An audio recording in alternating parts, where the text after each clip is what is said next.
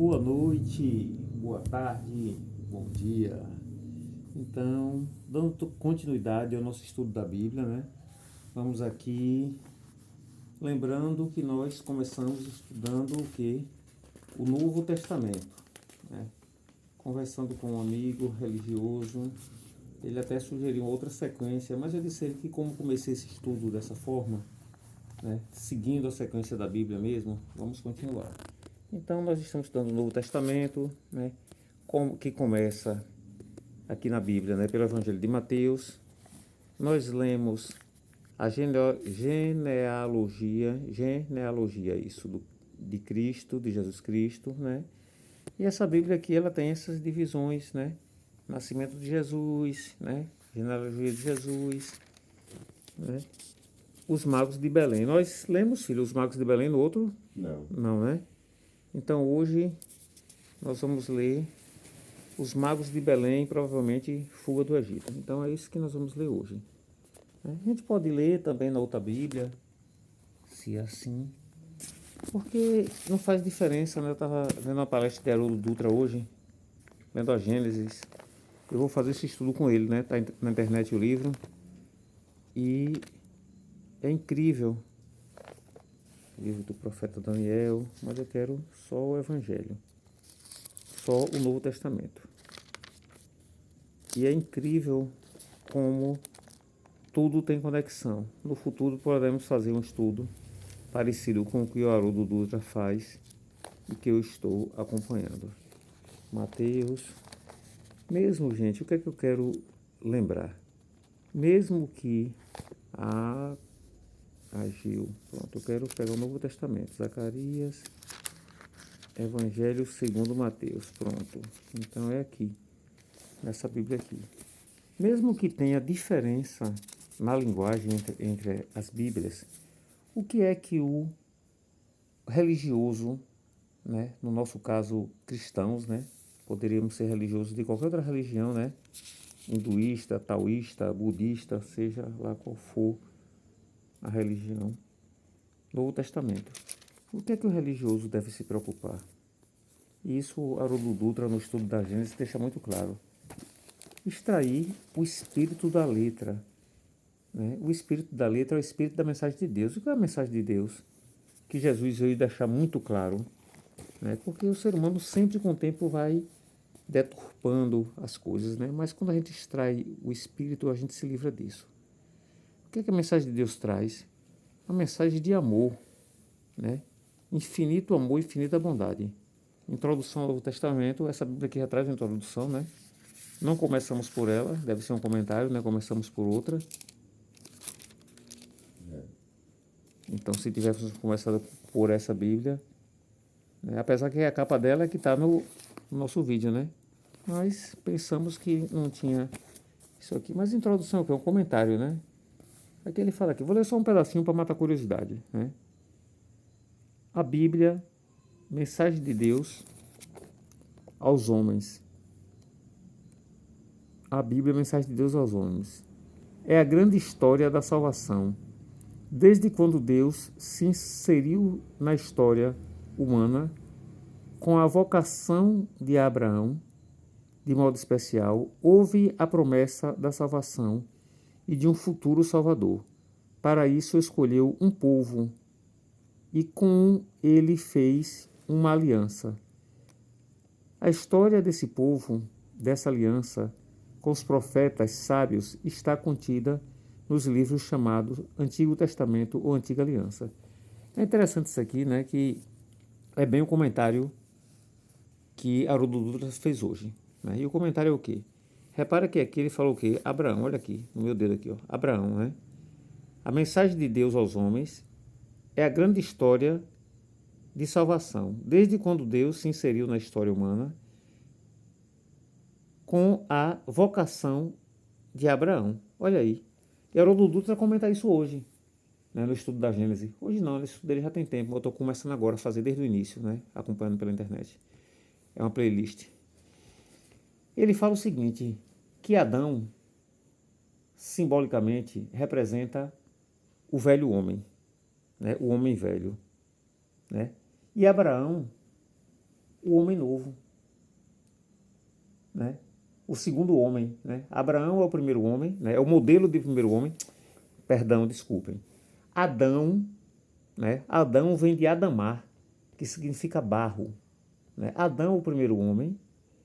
Abraão, o segundo homem, né? A renovação de Adão.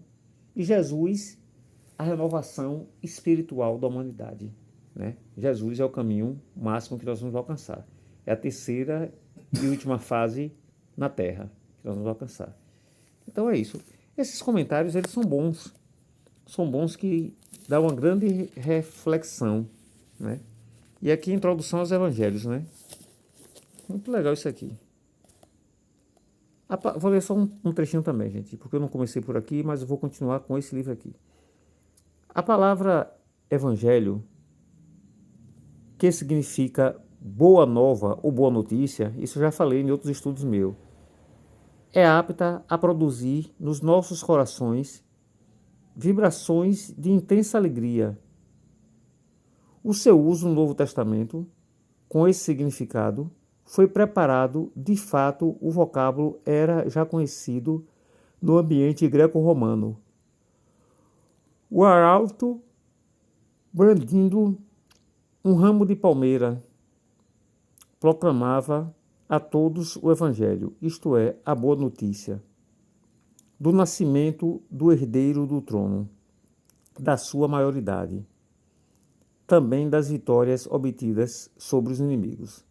Aliás, tal uso é documentado também no Antigo Testamento, que ele coloca aqui como AT, Antigo Testamento. Em relação a Jesus, Evangelho é originalmente o anúncio da salvação por ele trazida, a proclamação do reino de Deus, anunciado outrora pelos profetas, e agora por ele mesmo. Jesus, né? Quando Jesus veio, né? Como iminente. Aí está em Marcos, né? 1,15. Após a ressurreição, porém, Evangelho se torna o anúncio a respeito do Cristo, né? Marcos 1. De anunciador, Jesus passa a anunciado. Jesus trouxe a boa nova, agora a gente fala de Jesus, né, como anunciado. E aqui vai o Evangelho, né? Como eu prometi hoje, né? Vamos dar continuidade ao estudo. Introdução ao Evangelho de Mateus, Evangelho segundo Mateus. Foi o que começamos, né? Aqui no outro livro lá ele fala genealogia de Jesus. Aqui ele já fala antepassados. Mas é a mesma coisa, né? Concepção e nascimento, a visita dos magos, que é os reis magos que está no outro, né? Que aqui ele fala os magos em Belém, as visitas dos magos. Aí agora eu vou inverter. Eu vou dar para meu filho ler a outra, mas é a mesma coisa. Nós vamos acompanhar nessa aqui. Viu, filho? Então, mas vamos fazer uma precezinha, pequena prece inicial, né? De agradecimento. Aqui, filho. Aqui. Toma a Bíblia aqui. Já está gravando, viu? Então. Os magos em Belém, né? Vamos aqui. Senhor Jesus, Deus de infinita bondade, Deus de infinito amor, que nos deu o Consolador, Jesus, para trazer à luz o amor de Deus, que foi pouco a pouco apagado pela humanidade, da mensagem, das tantas mensagens trazidas pelos profetas. Senhor Jesus, que a tua luz guie o nosso estudo, que teu amor invada a nossa casa e nossos corações, invada a nossa casa física e a nossa casa mental e os nossos corações.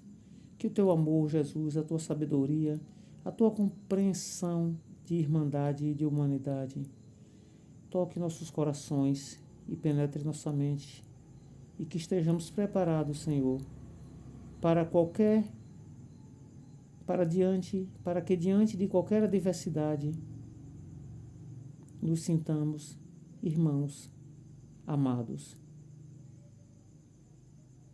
de qualquer um que porventura venha a ser um agressor ou ríspido conosco. Que a tua luz e o teu amor seja maior em nós nos momentos mais difíceis. Que a tua paz esteja em nossos corações verdadeiramente. E que possamos, Senhor, estabelecer essa paz nas nossas casas, no nosso lar, no nosso trabalho, na nossa rua, com a nossa vizinhança, na nossa escola. Que a tua luz esteja conosco e que possamos refletir essa luz. Que assim seja. Pronto, filho. Então, que agora a leitura lá vai ser diferente, né? Vou deixar só um pouquinho aqui, gente. Depois a gente vai só escutar meu filho, viu? Só para ver que tem diferença no que está escrito, que provavelmente deve ter, mas que o importa é o espírito da letra que a gente vai discutir aqui. Pode ler, filho. Os magos em Belém. E tendo nascido Jesus em Belém, Judeia, no tempo do rei Herodes, eis que uns dos magos vieram do Oriente a Jerusalém, dizendo: Onde está aquele que é nascido rei de judeus? Porque vimos a sua estrela no Oriente. E viemos a adorá-lo. E o rei Herodes, ouvindo isto, perturbou-se, e toda Jerusalém com ele. E congregados todos os principais sacerdotes e escribas do povo, perguntou-lhes onde havia de nascer o Cristo. E eles lhe disseram: em Belém de Judeia, porque assim está escrito pelo profeta: E tu, Belém, terra de Judá, de modo nenhum és a menor entre as capitais de Judá, porque de ti sairá o guia, que há de apacentar o meu povo Israel. Então Herodes, chamando secretamente os magos, inquiriu exatamente deles acerca do tempo em que a estrela lhes aparecera. E enviando-os a Belém, disse: Ide e perguntai diligentemente pelo menino, e quando achardes, participai-me, para que também eu vá e o adore. E tendo eles ouvido, os reis partiram, né? Só que aqui está o rei. Partiram, e eis que a estrela que tinha visto no Oriente, lá diante deles, até que chegando se deteve sobre o lugar onde estava o menino. E vendo eles a estrela, regozijaram-se muito com grande alegria. E entrando na casa, acharam o menino com Maria, sua mãe. Prostando-se, o adoraram, e abrindo seus tesouros, ofertaram dádivas, ouro, incenso e mirra.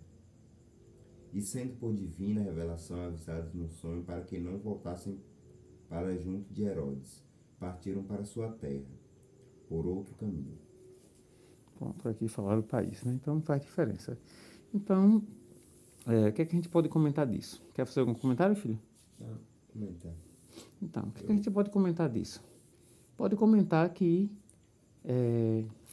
pessoas, né, reis, provavelmente de outra cultura, também foram avisados, né, do nascimento de Jesus e obedeceram, né, esse aviso e tiveram o respeito devido a esse aviso, a essa mensagem divina que chegaram até eles.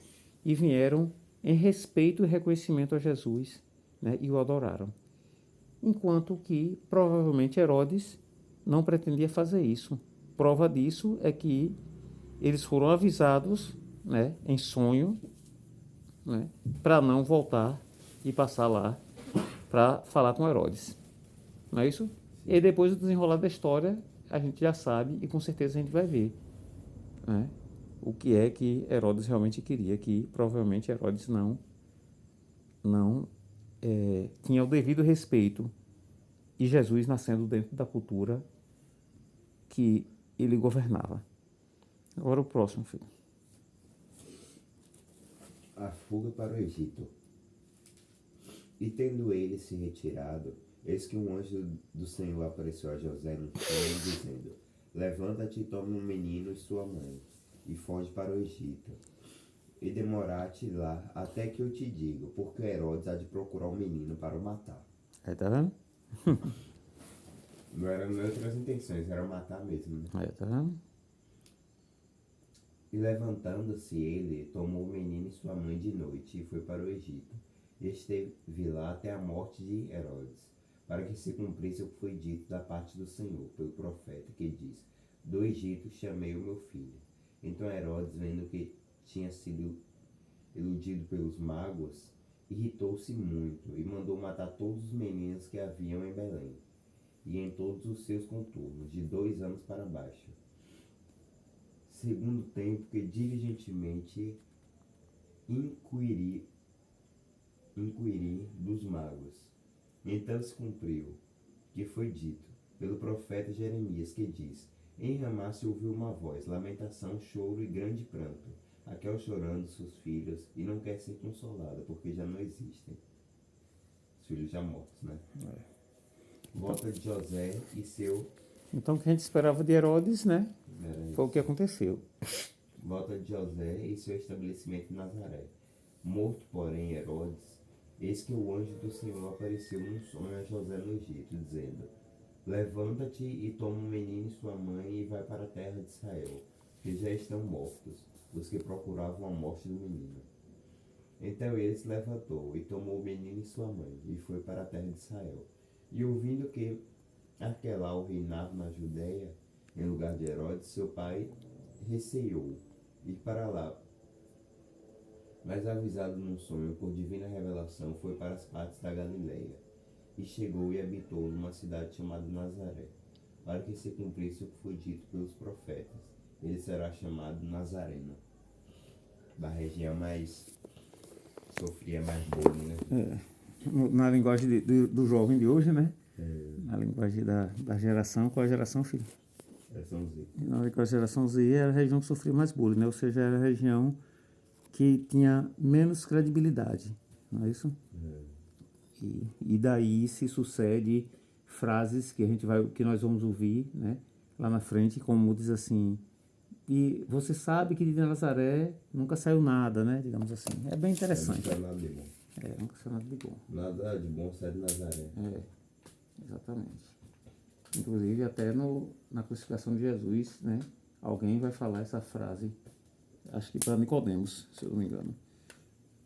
Nicodemos tentando defender Jesus. Então, vamos lá. Então, agora, o parte é pregação de João Batista.